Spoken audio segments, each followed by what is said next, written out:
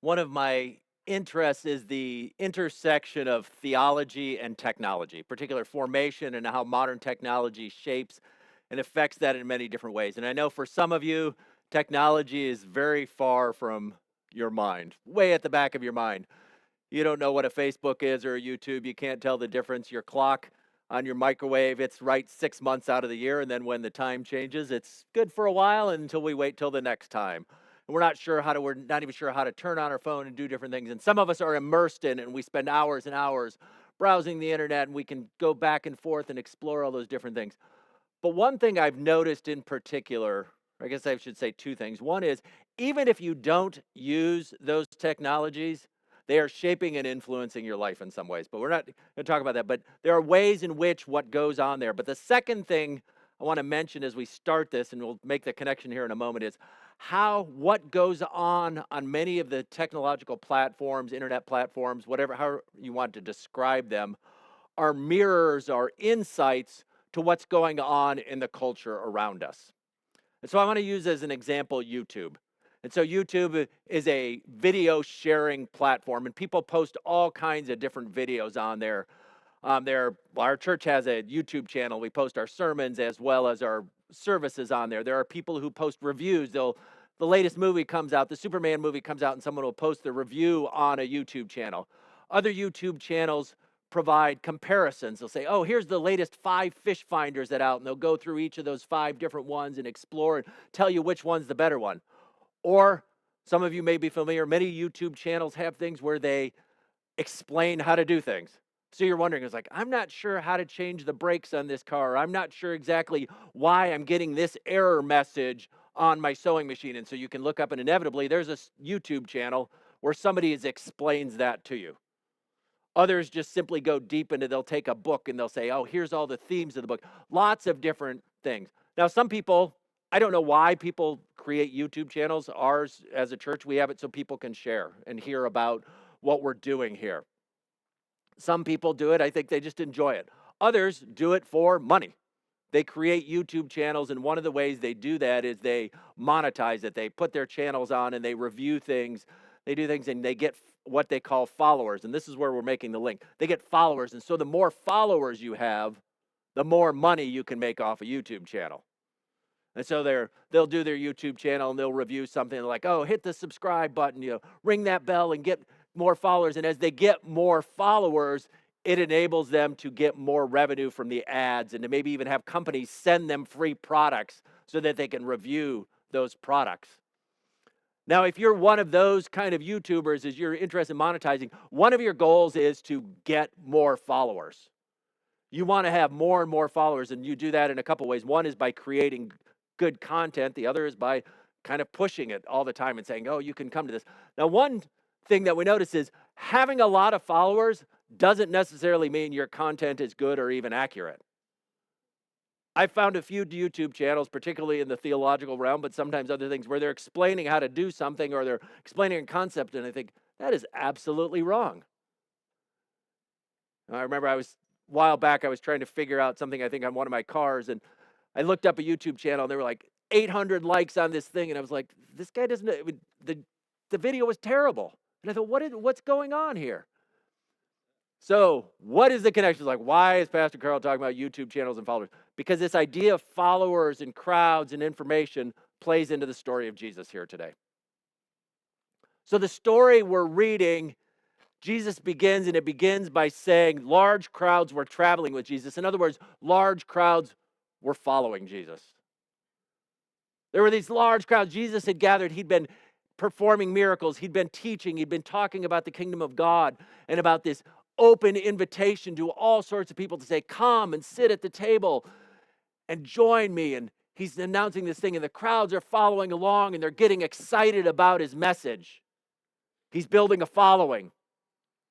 But then he turns to them and he says this: if anyone comes to me and does not hate father and mother, wife and children, brothers and sisters, yes, even life itself, such a person cannot be my disciple. In other words, you can't be my follower if you don't do these things. Now imagine a modern YouTuber getting on the thing saying, like, if you don't hate your family, you can't follow me. And this is what Jesus, so what I want to do is look at what is Jesus getting at here and how is it significant for us today? And so I want to start with that phrase. He says, you can't be my disciple. What does it mean to be a disciple? There's different kind of languages. Sometimes we use that simple language of being a follower of Jesus. We have hymns that say, I have decided to follow Jesus. And people will sometimes refer to themselves, well, I'm a follower of Jesus. It means they're following behind him. Another way to think of it, the Greek word mathete, is a learner. And the expression that I like, one way of describing it that has become popular in a lot of circles that I like is an apprentice. And so an apprentice to Jesus, he's calling you to be his apprentice. In other words, you're learning from him, you're with him, you're trying to be like him and do what he did. You're apprenticing under Jesus. And so Jesus is saying, this is the goal, is to be my apprentice. That's the primary invitation he gives when he has crowds of people, when he's out with people, he's saying, come and follow me. And follow me is this kind of description of he's the rabbi, he's the teacher, and you're following behind him and you're watching and you're learning to see what he does and how he does it. And so you're following behind. And so he's saying, I want you to be my disciple. Some of his last words on earth to his followers is when he says to them, go and make disciples of all the nations. In other words, go and make people who follow me, who learn from me, who are with me. And so Jesus is saying, this is what it's all about, is to be my disciple, to be my apprentice. That's what Jesus is looking for. He's looking for disciples. He's not simply looking for followers in the YouTube sense of just somebody who pays attention to a video, but he's looking for someone who's learning from him, who's with him and doing that. But then Jesus says there are some conditions for being my disciple, for being my apprentice. The first condition is you have to hate your father and mother, your wife and your children, your brothers and sisters. You even have to hate life itself. At which point, I'm thinking the crowd sitting there is getting a little uncomfortable. And especially when we consider first century Judaism, first century Palestine, where he is, as he's speaking to people, family was even more important than we can imagine today, because in a family, you lived as a family. There was the paterfamilias, the house of the father. And what would happen oftentimes in family, you would have a home, and then when your children, and particularly your sons, got married, you just built another room on the house, and the wife moved in. Now, some of us are familiar with that idea of maybe our younger children who are living in the rooms, and we're wondering when they're going to move out. That's the American way. When are my kids going to leave my house? In ancient Israel, that was the way it was done. Nobody looked and said, why is Joseph's son still living in his house? What is that kid doing? Is he just on the internet? They didn't have the internet back then. What's he doing in the basement? Oh, no basements either. But what's that kid doing all the time? Why isn't he out of the house? He wasn't out of the house because that's how they lived. They would add on a room to the house. And oftentimes then there might be 3 or 4 generations all living within this walled complex. And most of the time, almost 100% of the time, if you grew up in a family and your father was a blacksmith, he was a shepherd, that's exactly what you did. You didn't think, well, I don't want to be like Dad. I'm going to go off and do. You did what your family did. You went into the family business, and it was about family. And you took care of family, and the family took care of you. And so when Jesus says, you've got to hate your family, the people in the crowd are starting to get a little bit antsy. They're starting to wonder what's going on. Now, does he mean to actually hate them? No. And we use the same sort of language. Even the words love and hate in our modern language, we kind of use them to mean lots of different things. So we might talk about loving our family, but at the same time we say, I really love deep dish pizza. Now, if you were to refer to your wife or your husband in the same way you refer to pizza, they might start to wonder what's going on here. Or we say we hate something. And so really the language of love and hate here is a language of degree. So to hate your family means to love less.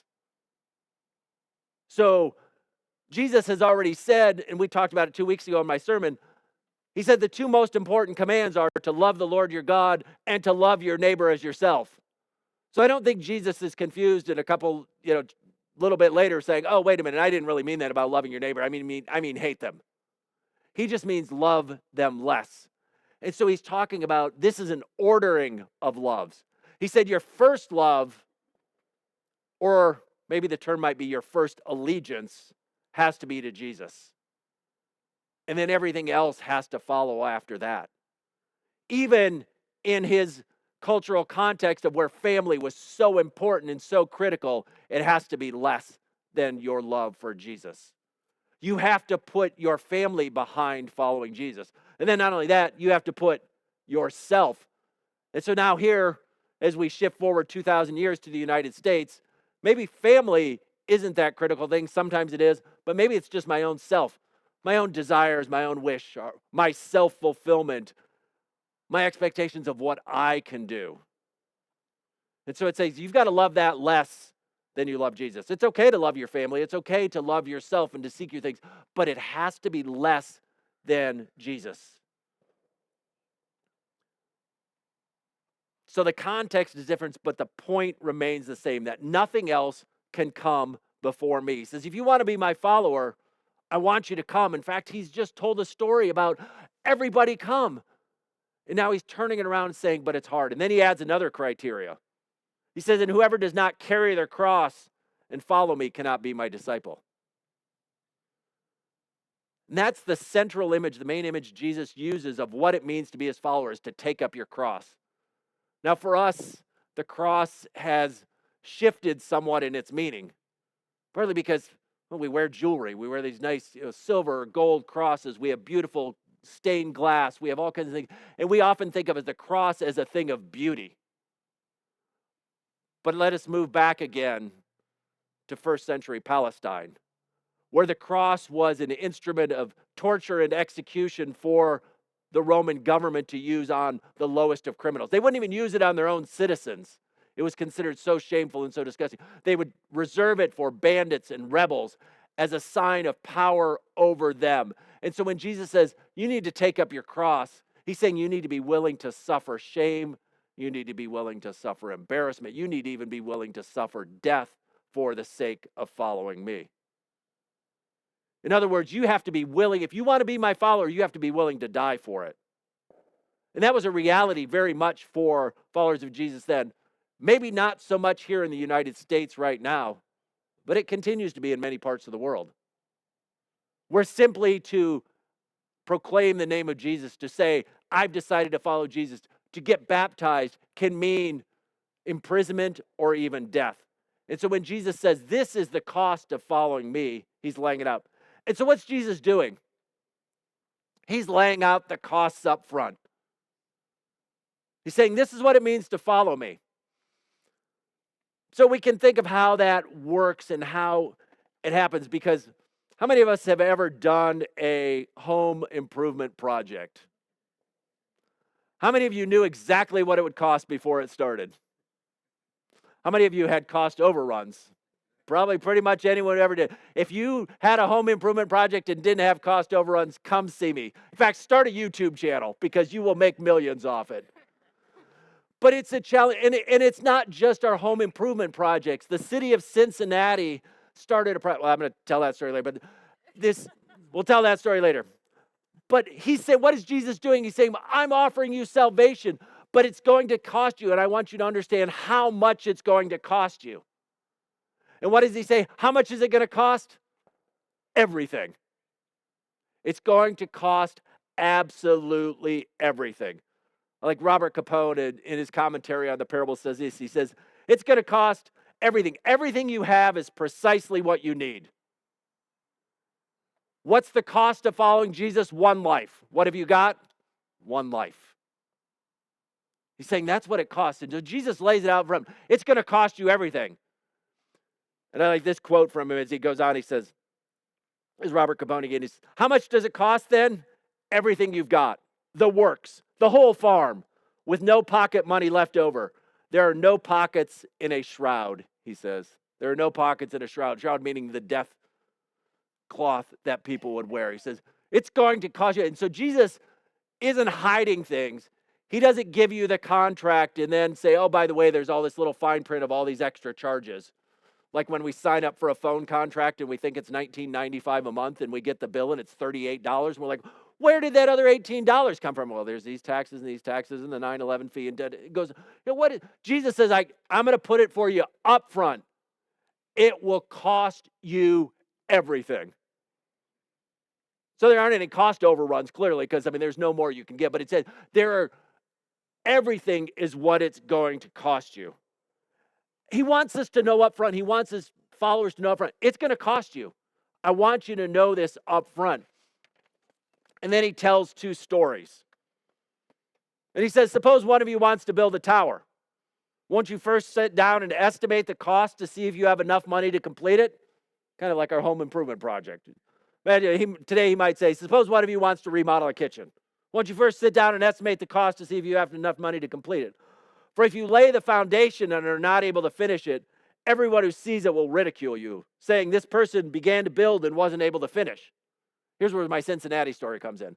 So since the city of Cincinnati in 1920 started a subway, spent millions of dollars, built 2 miles of tunnel, not a single train ever went through that tunnel. And it sits empty to this day, even though multiple times there's malls in China, amusement parks around the world that people started and then just ran out of money. And they sit there, and in some sense, imagine you're going down the street and somebody says to you, so what did you do? Oh, I was a amusement park designer. Oh, tell me about your amusement park. Well, that's that abandoned one over there that never got finished. And it's this ridicule, this shame, this embarrassment of starting a project and not being able to finish it. Imagine you started that kitchen project and you get halfway through it and you run out of money and you're just not able to finish it. And so you have some friends over and they walk in your kitchen and there's like just a bucket of water sitting there. Like, well, what's that for? Well, I didn't have enough money, so we need to get water from in the bathroom there, and I bring the bucket out to the kitchen here. Well, how come there's that there? Well, we weren't able to finish it. And be a little humiliating, right? I would think so. So this is what Jesus is talking about. It's like he's talking about the shame. He says, everyone who sees it will ridicule you. Hopefully your friends wouldn't do that to you, but there's this sense of if we don't finish it, ridicule. And so Jesus is saying, I want you to know up front what it will cost because I want you to finish, because if you don't finish it, how embarrassing it'll be. And then he goes on and tells another story. He says, suppose a king is about to go to war against another king. Won't he first sit down and consider whether he's able with 10,000 men to oppose the one coming against him with 20,000? If he is not able, he will send a delegation while the other is still a long way off and will ask for terms of peace. In the same way, those of you who do not give up everything, you cannot be my disciples. What's he getting at? He says, if you aren't able to finish, you will be defeated and subjugated. Jesus wants people to be his disciples. He wants people to follow him. He wants people to enter into the kingdom and join him. But he also wants us to understand the cost. He wants us to assess the impact of doing it. And there is a temptation sometimes to be so eager to say, oh, I want to follow Jesus. I want to do this, that we ignore the costs. And it happens in America and around the world in many different ways where we kind of become out with what I would call an easy believism. We don't realize that following Jesus means I need to deny myself. That the life of following Jesus is different from what is often labeled as the prosperity gospel. The prosperity gospel is this idea that if you come to Jesus, everything gets better. You'll have a nicer car, you'll have more wealth, you'll have whatever it is, which kind of originated part in the United States, but it's rapidly spread to around the world. This is like, oh, well, Jesus promises you riches. Jesus never promised those things, not in this life. Listen to these words of Jesus. Jesus says, you want to be my disciple? You got to hate your family. You want to be my disciple? You got to hate yourself. You want to be my disciple? You better be willing to give up your life. I want you to count the cost. The cost isn't a new car or a new house. The cost is saying, if I follow Jesus, he's asking me for everything I have. And I need to be willing to give up those things. I need to be willing to give him my allegiance over everything. If there's a conflict between my family, what my family wants, and what Jesus wants, I need to choose what Jesus wants. If there's a conflict between what my job wants me to do and what Jesus wants, I have to choose what Jesus wants. If there's a conflict between what my country wants me to do and what Jesus wants me to do, I have to choose Jesus. No matter what it is, and the list could go, we could spend all day making that list. And it would look the same every time. My blank wants me to, but Jesus wants me to. The choice is always Jesus. He is ultimately, he says, that's what it's going to, because those decisions aren't always easy. I had a friend when we lived in our previous congregation, a member of our congregation, he had worked for a local hotel owner. And at one point, I walked into a little mini mart, and Jason was standing behind the counter selling sandwiches. I thought you had a job up, at the hotel as a manager. He said, I couldn't do that anymore because of what the hotel owner was asking him to do. He was asking him to change the books and adjust numbers and do different things. And he said, because of my life of following Jesus, I need to choose Jesus over my job. He had a really good job. But he said, for right now, I'm going to make sandwiches because that's the cost of following Jesus. And it looks different for each and every one of us. Friends in seminary who had families who didn't want them to do that. In some cases, their families actually stopped talking to them because they had gone off to seminary. Around the world, many different places, people decide to follow Jesus, and it's not unusual for them to be put out of their family, to be ostracized from their family, families to never talk to them again because of their choice. It can happen here in the United States too. But the idea is they choose Jesus because that's the cost and because of what he offers. And Jesus wants us to know that up front. He doesn't want us to enter in and say, oh, come follow me. And then we get in and we're halfway down and we're in the middle of following me. He says, oh, by the way, I want everything from you. And that's what I appreciate. That's what is one of Jesus says, here's the cost up front. No hidden costs, no hidden fees. I want everything. I want your allegiance. But here is where the story turns, because it may cost us in the short term, but the reward is true life beyond this. Jesus doesn't get into it in the story here necessarily, but what he does go on to teach in other places and his other followers teach is that, yes, it will cost you everything, but the reward is also more than you can even imagine. That you may give up family, you may give up riches, you may give up even your life in this world for following Jesus, but Jesus will give you back that and so much more in the life to come when you decide to follow him. Now, when we count the costs, sometimes we realize we don't have what it takes. Somebody will say, well, I need you give up your life. I need you to give up everything. But it's in that lack of ability that we turn to God's grace. God meets us at our point of failure and says, so I think when Jesus says, you have to follow me, he knows we can't do that. I mean, in some sense, with the king, the story of the king and the realizing you don't have enough and you sue for peace. In a sense, when Jesus asks you for everything, he's also acknowledging we can't do that on our own, but we have to turn to him. We have to realize that we need his help to fully follow him, to give up everything. So I think about crowds and followers.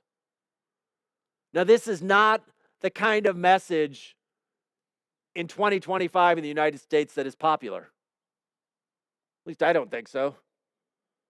To be able to stand in a church and say, come follow Jesus. It would be much better if I could say, come follow Jesus because you will have everything you always wanted. If you follow Jesus, your marriage will be better. If you follow Jesus, your kids will listen to you and love you and shower you with gifts for the rest of your life. If you follow Jesus, you're going to have a brand new car and it'll never break down. If you follow Jesus, you're going to have a great new house and everything's going to be great. You're going to have, in fact, 2 houses because you're going to have a vacation house. If you follow Jesus, you're going to be able to retire at the age of 42 and live the rest of your life in comfort on the golf course or fishing or doing whatever it is you like to do. But instead, Jesus says to you, you want to follow me? it's going to cost you everything. It may cost you your life. It may cost you your friends. It may cost you your family. It may cost you your job. It may cost you your reputation, at least with other people. Not exactly the kind of message that draws a crowd, but it's the message of Jesus. And so I invite us to consider that. Many of you have given your life, made that choice to follow Jesus. And so for you, it's a reminder of that cost. To say, when you made that choice, if you weren't aware of it, I want you to be aware of it now. That's the choice of following Jesus. That's the cost of following Jesus, is everything. Allegiance to him above everything else. Loving him above everything else. Might even cost you your own life. It's denying your own self, your own desires, your own interests. If you haven't made that decision, then I just want to say it's an incredible decision. And what Jesus will give you in return in the next life, and potentially even in this life, is amazing and beyond. It's life to the full and life eternal. But it's costly. It's going to cost you everything you have. So count the cost. When you proclaim yourself a follower of Jesus, count the cost of what it means to follow him. So may we hear Jesus' words as a word of challenge and also as an invitation to follow him, to learn from him, to count the cost, but also to know that when we've counted the cost, the reward he gives is life and life eternal. Amen.